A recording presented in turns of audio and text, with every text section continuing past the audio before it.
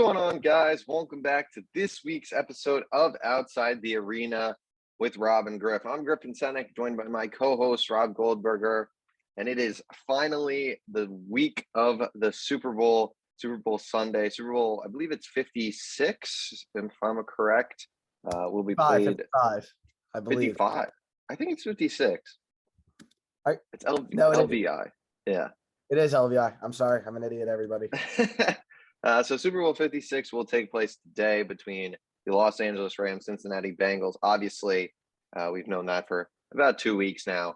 And it's going to be a fantastic game, the end of the NFL season. It's absolutely crazy. We're already here. And yeah, that's really all we're going to talk about today. It's not going to be the longest episode, but we're going to really dive deep into this game and uncover every little detail about it. So, I mean, where do we want to begin? I mean, just initial thoughts. I guess we can kind of talk about both these two teams' seasons real quick before we break down the game. I mean, the Cincinnati Bengals, what a rebuild they had. Within 2 years, they're from the first overall pick to the Super Bowl. Just an absolute heck of a job done by the front office, bringing in players like Trey Hendrickson. Mike Hilton's been good for that defense, Chidobe Awuzie, and obviously Joe Burrow, Jamar Chase. The drafting has been incredible. I mean, what do you think of the Cincinnati Bengals season and for the future, even after this game, win or lose? Like, this team, they really appear to be serious contenders for a very long time. Yeah, I mean, I think the Cincinnati Bengals are also way ahead of schedule, but at the same time, they have to. We've talked about it in the past. They have to take this opportunity, man. They really do. But yeah, this is a hell of a season from the Bengals. I mean, if nothing else, I mean, seeing that. It seems crazy to think about now, but I think a success for their season at the beginning would have been seeing whether Joe Burrow was the real deal or not. Because, I mean, a lot of questions were left unanswered last year. He had the injury, obviously. And, of course, he came out as one of the best quarterbacks in the league this year. I mean, that would have been enough for the Bengals. But to make a playoff run like this is unbelievable. I do get concerned about one thing for Cincinnati, is that, you know, they're known to have some cheap ownership. It's no surprise. I mean, we know how it is. I don't want them, and their fans deserve better, especially having never won a Super Bowl, than to be like, you know, lulled into mediocrity by bad ownership after, like we said, you know, a good run, but a run which they need to capitalize off of. And that Bengals defense has been unreal. Trey Hendrickson, I mean, people can continue to talk about us underrated this, underrated that, but I mean, I think it's time you have to talk about him as one of the true superstar edge rushers in the league. I mean, this guy has been unreal this year. He had 14 sacks in the regular season. He's been a difference maker in the playoffs. I mean, I just feel like I'm not really seeing his name mentioned as much as I should be, Griffin. I mean, this guy's been great. And obviously you mentioned him a couple of weeks ago, but Sam Hubbard, you know, rushing the passer on the other side of the ball. I think they're a very well-rounded defense. And I think really that's what's gotten them there. I mean, Joe was great last week, but he was given opportunity after opportunity after opportunity. That defense was amazing. And they have been really for most of the playoff run. Yeah, I mean, that defense has been incredible, and they've got a lot of good players. I mean, you mentioned a lot of names. Jesse Bates, obviously, probably even the best defensive player, you could argue, him or Hendrickson. I mean, Trey Hendrickson honestly might have overtaken him. I mean, there's a lot of really good players on the Cincinnati Bengals team, and I mean, that offense is full of names. Obviously, you've got Tyler Boyd, T. Higgins, Jamar Chase, Joe Mixon. I mean, I'm honestly surprised. I think the reason that this team was kind of underrated coming into the year was obviously the defense was kind of thrown together. Like, a lot of these pieces came from all over. So you obviously have to gel that together. It's rare sometimes that a defense right away is just going to click like that. And obviously Joe Burrow, that O-line, I mean, there was a lot of questions. Jamar Chase in the preseason, even there was questions. And I mean, everyone's blown those questions out of the water. I mean, this is a fantastic team. Joe Burrow, as good as it gets right now in the NFL. Jamar Chase, as good as it gets in the NFL. I mean, this team, they're going to be scary. But like we've said, I mean, this is the perfect opportunity for them to win a Super Bowl, because the AFC this year, I mean, they kind of had a more ideal path just with some of the, the Ravens were so decimated with injuries. You know, they didn't have to go through both the Chiefs and Bills. They just got to play the Chiefs, which obviously no one's discrediting their run and their wins at all. But being able to play Vegas first round and then go and play Tennessee with Ryan Tannehill, who a lot of people feel is not that great of a team. You know, they had this is it's kind of what happens, I think, for the teams that make the Super Bowl. It's just perfectly aligned. And that's, I think, what really happened here with the Cincinnati Bengals. The stars just aligned for them, and they just had a perfect path into to the Super Bowl. And, I think this team's can beat any team in the NFL. I think they have weaknesses. I think this isn't a perfect team. This isn't, that Tampa Bay Bucks team last year, I think, is a near perfect team as what we saw that performance in the Super Bowl. I mean, there weren't many weaknesses on that roster. But this team's it's a heck of a roster, and what a season for them. And I mean, for the Rams, a team that, very different, side of the coin. They've mortgaged their entire future essentially for this season. They've traded all their picks for Matt Stafford, Von Miller, Jalen Ramsey over the years. They've got superstar after superstar on that team. And I think they're under a lot more pressure than the Bengals here to win the Super Bowl by a significant margin. I mean, their whole future essentially comes down to this Super Bowl. I mean, this is if they don't win this Super Bowl, they're they'll be good next year, but this is their year. The biggest, this is their year. Yeah, this is their year. That's the only way to say it, really. I mean, I think the thing with the Los Angeles Rams is that, if you're asking the average American, as much as they like Joe Burrow and as much as they like, or even the average NFL fan, I'll say it, as much as they like Joe Burrow or as much as they like the Cincinnati Bengals, they'd probably wager on the Los Angeles Rams to win this game. I mean, I think it really comes as a surprise if the Los Angeles Rams lost. I mean, it wouldn't be the most shocking thing considering this run that the Bengals are on, but I mean, like you said, it's this year bust for them. I mean, huge pressure on Matthew Stafford to perform today. I do want to say something though. I'm not really getting myself too hyped up for this Jalen Ramsey Jamar Chase matchup, unfortunately, because I just think the Bengals will be moving Jamar all over the field, and Jalen Ramsey's not going to be shadowing. I mean, the Bengals or other receivers I think are too talented for that to happen. For Jalen Ramsey to just commit to shadowing Jamar Chase, but I don't know, man. It's just the key to this game, obviously, for the Rams, as we know, is that defensive line. If the defensive line can wreak havoc and even half of what most people are thinking they're going to do to that Cincinnati Bengals offensive line, it's going to be a disaster for them. I think the Rams also have a significant coaching advantage in this matchup. I made my feelings clear about Zach Taylor in the past. I give him an immense amount of credit, but I think Sean McVay is a much better coach than him. And for me, man, the Rams, I know this isn't, the world's best analysis, but everything is just sort of breaking for them, I think. I mean, I think, they beat the Tom Brady comeback. I think once they shook that, they were pretty good. I think the Cincinnati Bengals so far are probably the least difficult opponent they've played, maybe.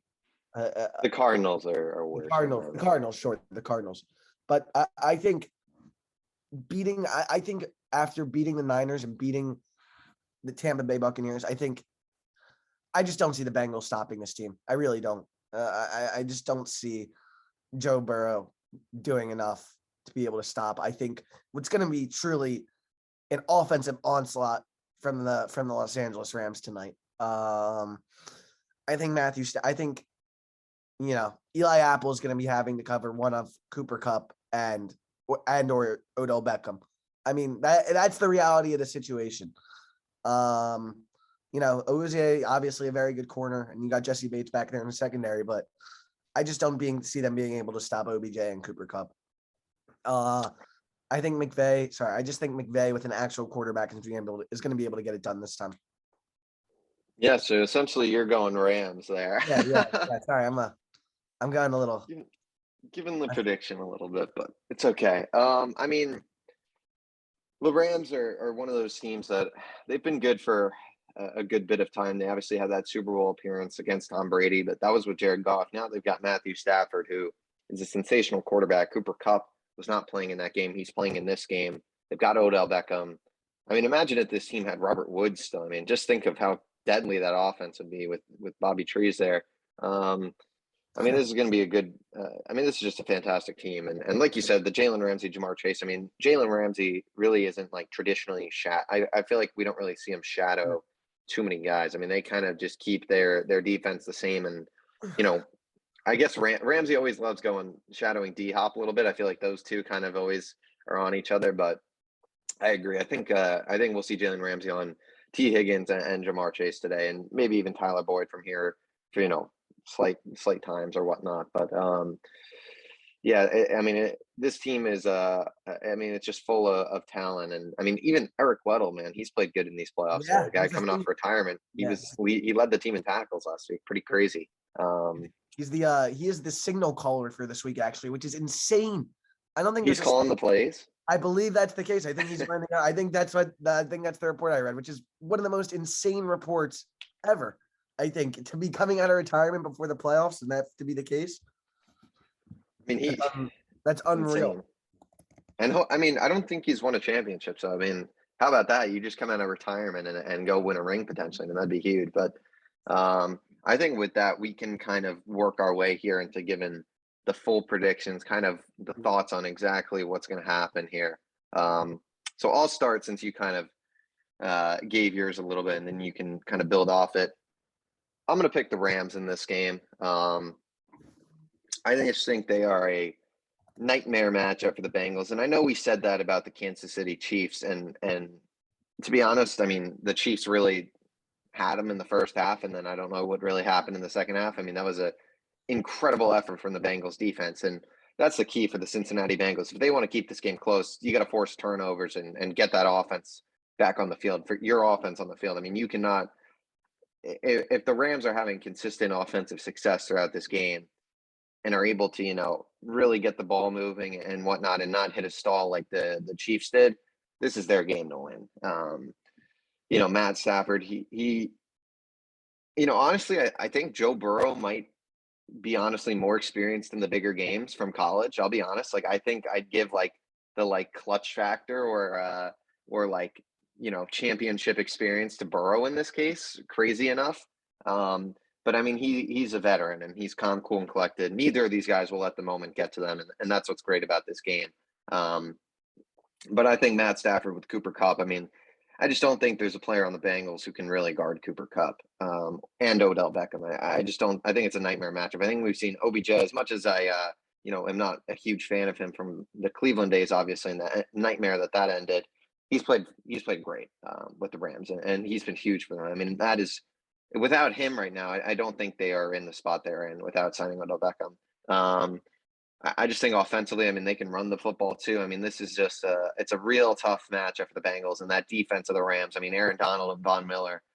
I mean, Von Miller, man, that 2015 playoff run for Von Miller was, I mean, just incredible. I mean, I remember him getting to Brady and then him getting to Cam Newton. I mean, it's just a nightmare having those two on the defensive line. This could get really ugly, like we've said, for Joe Burrow. That's the difference. I mean, obviously the Chiefs have Chris Jones, Frank Clark, some pretty good players, but that's just not Aaron Donald and Von Miller and some of those other guys. I mean, they have some other good players, I believe, too, on that defensive line. I think they're just going to be too much, and their secondary is not bad either. I mean, they've got Jalen Ramsey, Darius Williams, and whatnot. So, it's not like Jamar Chase, T. Higgins. I mean, those guys are going to have to work really hard, and we'll see what happens. We'll see if Burrow can handle it. I've said before last week too, I think Cincinnati, I think it's going to be hard for them too, but if they can find a way to run the football, that would go a huge way to them, being able to find a way to win this game. I just think that's going to be really difficult. I think a lot of things are going to be really difficult for Cincinnati. So I think I'm going to take the Rams. If the Rams are up at halftime too, I know McVay's only lost one of them now, but I mean, that's the key. I think LA is just too good of a team for the Bengals right now. Just too perfectly matched up. So I'm going to go with the Los Angeles Rams as your Super Bowl 56 champions. Oh, I think you're muted. I don't know how that happened. I'll expand on what I said earlier. Just a lot of what you said. I just think Aaron Donald and Von Miller are going to be too much for the Cincinnati Bengals offensive line. I mean, these dudes really are terrible. I hate to say it because, they're starting in the Super Bowl, but I don't know how. I mean, I really don't. This is just as big of a mismatch in the trenches as I can remember, probably since the last time Bob Miller played in the Super Bowl, and you just mentioned it actually, that 2015 playoff run. But I just think the Rams really are superior at almost every aspect of the field, and I think there can only be a couple argued that are even arguable. I think the Bengals explode. I think this Rams team is almost about as flawless as you're going to get this late. I think at this point, I think they have very few weaknesses. I just don't see the Bengals being able to overcome the huge defensive mismatch. And like I said, I don't see anybody on this Bengals team being able to stop Cooper Kupp. Nobody's been able to do it all year. He's one of the biggest difference makers in the NFL. He's going to do it again. And like you said, Stafford and Kupp, man, I know Joe Burrow is obviously he's as cool as it gets, but Kupp and Stafford are never fazed by anything at all. I mean, Kupp had that fumble, came right back out, and was dominant the rest of the game. He basically put them on his back. I mean, Cooper Kupp, this guy is just unreal. He is so consistent. And like you said, Odell Beckham Jr., man, I hate to trash on your Browns right now, but and I do give Baker a little more credit because, he was hurt and this and that, but it's looking like the Odell situation wasn't tenable, obviously, but it's just really unfortunate how it all played out in Cleveland. I mean, because we know, it's clear there's still a real player there, and that player is going to get paid a lot this offseason. So wherever he goes, I think the Rams really went all in, and I think this was their year.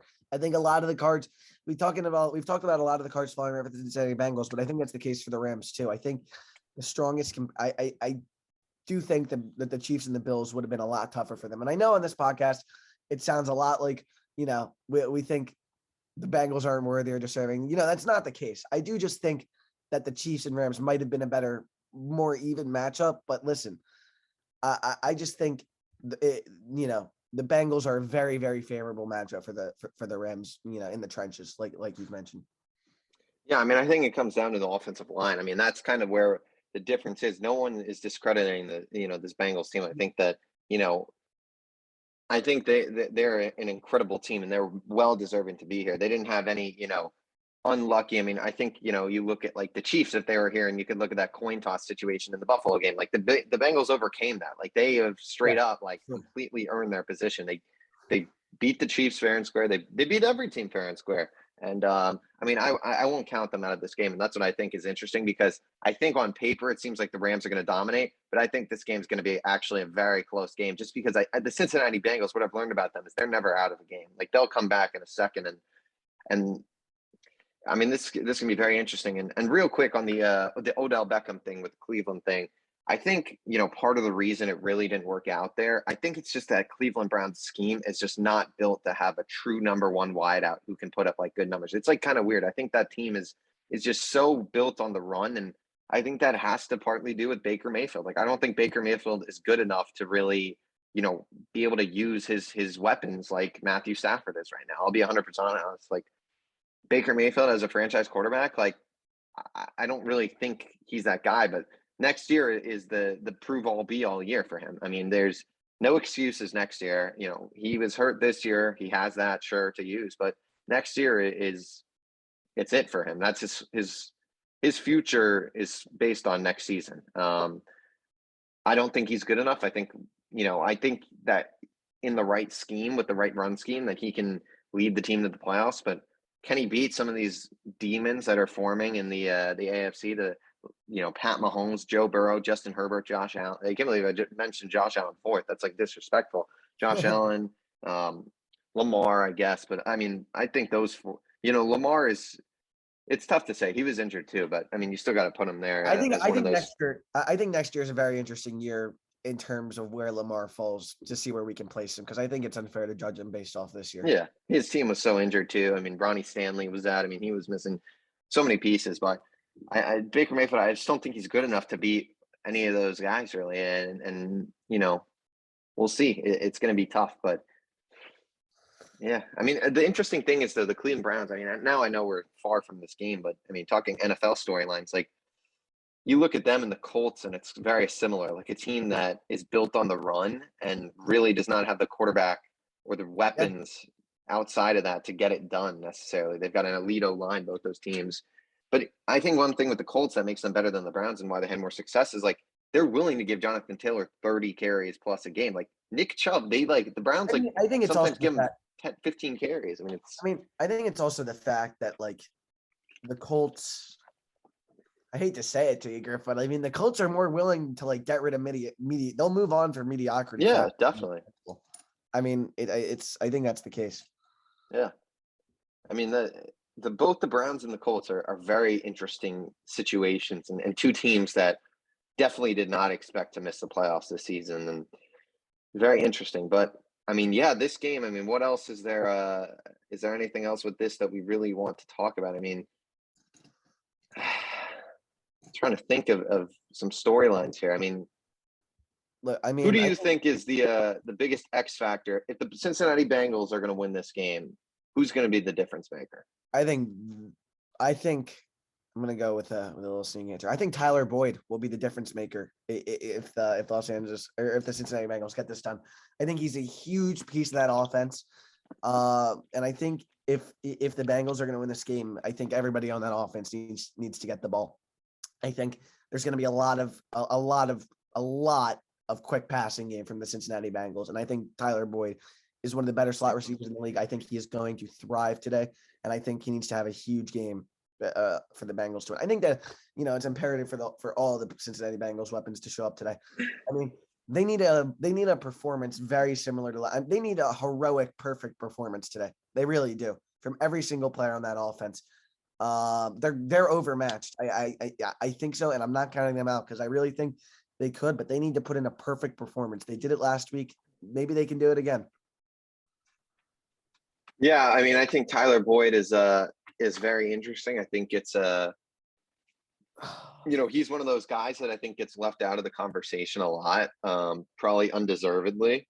He's a very good player. I'm going to go with two guys. I'm going to go one on each side. I think on offense for me, I have to say Joe Mixon. I think he's a very good player, and I think is someone that, I mean, if he could really get it going today, this is a completely different game than I think what a lot of people expect. I think a lot of people expect, similar to last week, that the Bengals are just going to have a nightmarish time running the football.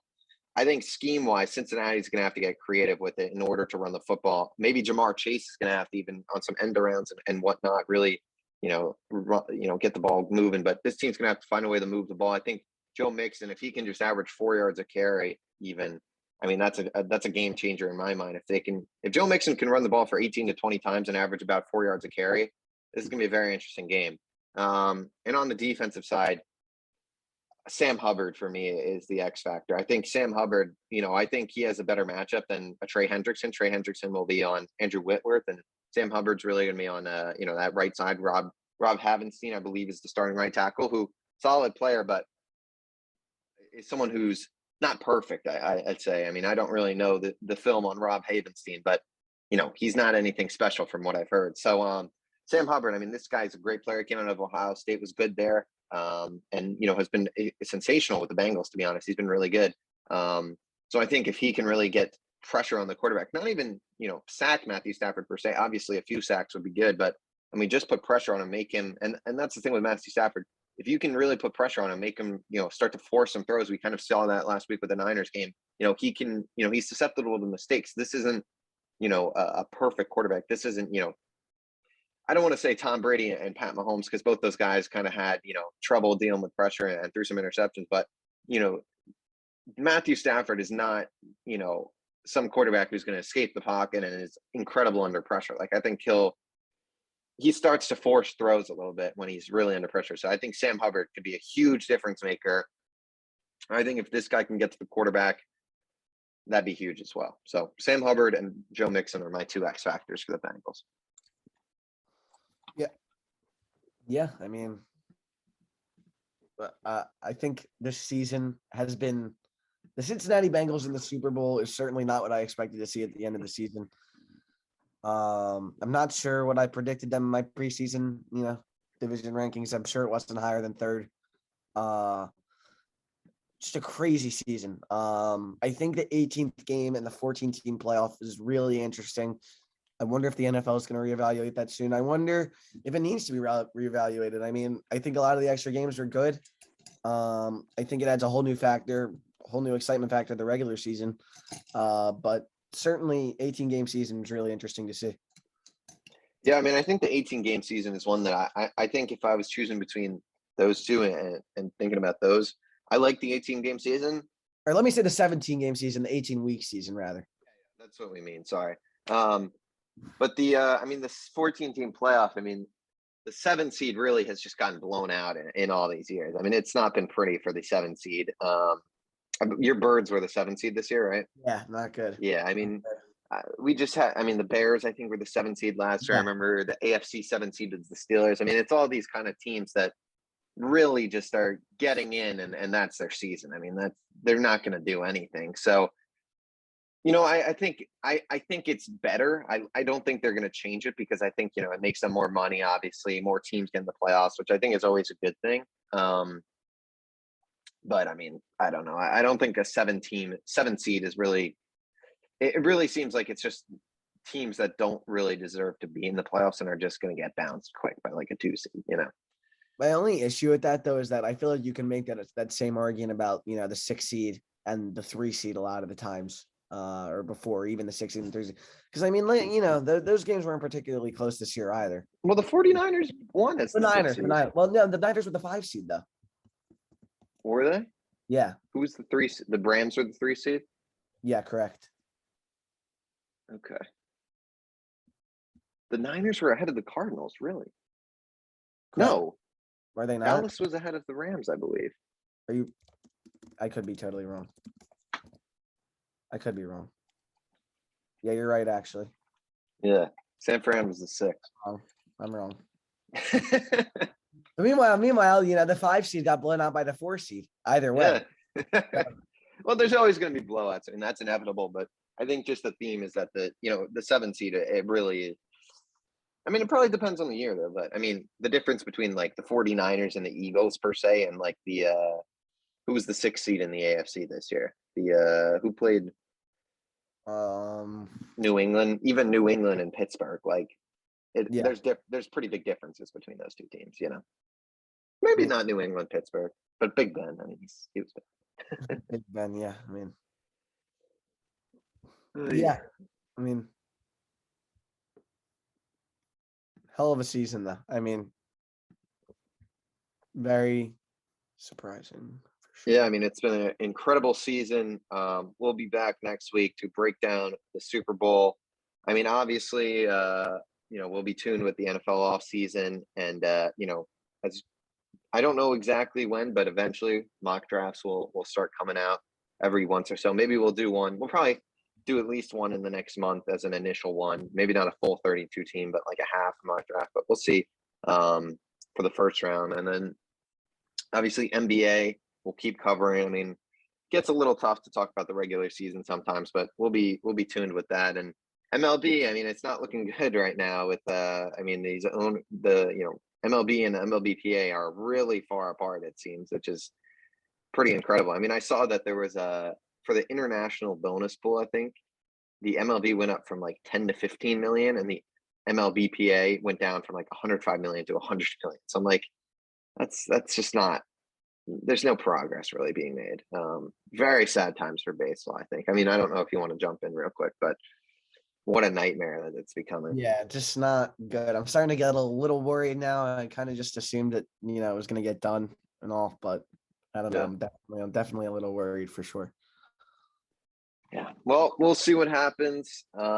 Whenever baseball is back, we'll talk about it on this podcast. But with that, thank you guys so much for watching this week's episode of Outside the Arena. Make sure to like, comment, subscribe.